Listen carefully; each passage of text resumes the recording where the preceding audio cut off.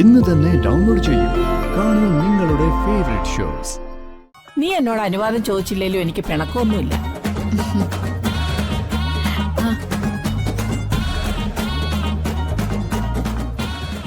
അല്ല വന്ദനെ, എനിക്കൊരു സംശയം. ഇവിടെ ഞങ്ങളുടെ ശല്യം സഹിക്കാൻ വയ്യാഞ്ഞിട്ടാണോ നിങ്ങൾ പോകുന്നേ? അതെന്ത് ചോദ്യ ചേച്ചി?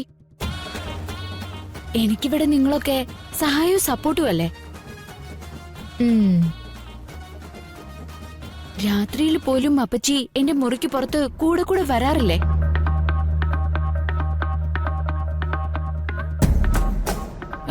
അല്ല, അത് പിന്നെ ഒന്നും പറയണ്ട. രാത്രിയില് എന്റെ കാൽമുട്ടിനും വേദനയോ മറ്റോ വന്ന് ഞാൻ ബഹളം വെക്കുകയാണെങ്കിൽ അകത്ത് വന്ന് എനിക്ക് മരുന്ന് പുരട്ടി തരാനല്ലേ അപ്പച്ചി വരുന്നത്? അതെ, അതിന് തന്നെയാ മോളെ. രാത്രിയിലും അപ്പച്ചിക്ക് നിന്റെ കാൽമുട്ടിന്റെ ചിന്തയേ ഉള്ളൂ. ഇത്രയും കരുതലും സ്നേഹമുള്ള അപ്പച്ചിയെ ഞാൻ ശല്യമായിട്ട് കാണുമോ അപ്പച്ചി? ബുദ്ധിമതി ബുദ്ധിമതി.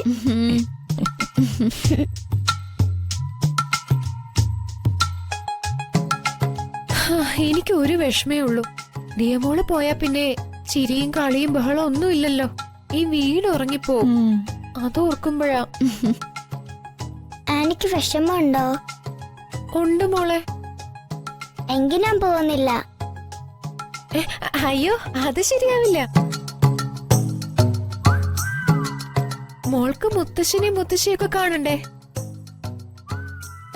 എന്റെ വിഷമം ഞാൻ അഡ്ജസ്റ്റ് ചെയ്തോളാം. മോൾ ഇപ്പൊ തന്നെ പൊക്കോ.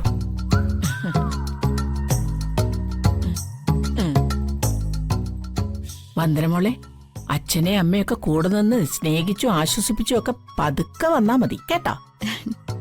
ശരി അപ്പച്ചി. അല്ല, അതിരിക്കട്ടെ, ജഗം വരുന്നില്ലേ? വരുന്നില്ലെന്നാ പറഞ്ഞത്. വരണ്ട, അതാ നല്ലത്.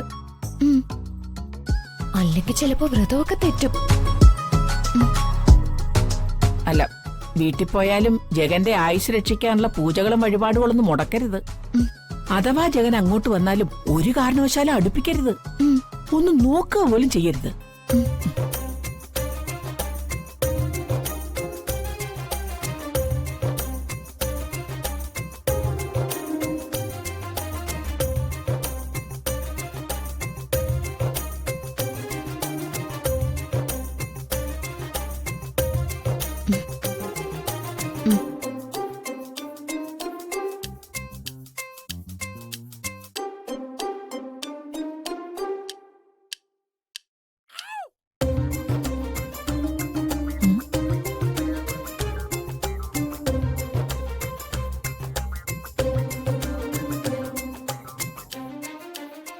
അല്ല, മോളെന്താ അങ്ങോട്ട് നോക്കുന്നേ?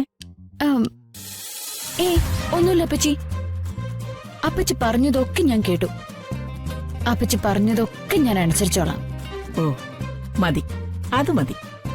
മോള് ഗുരുത്വമുള്ളോളാ. മാനത്തെ കൊട്ടാരം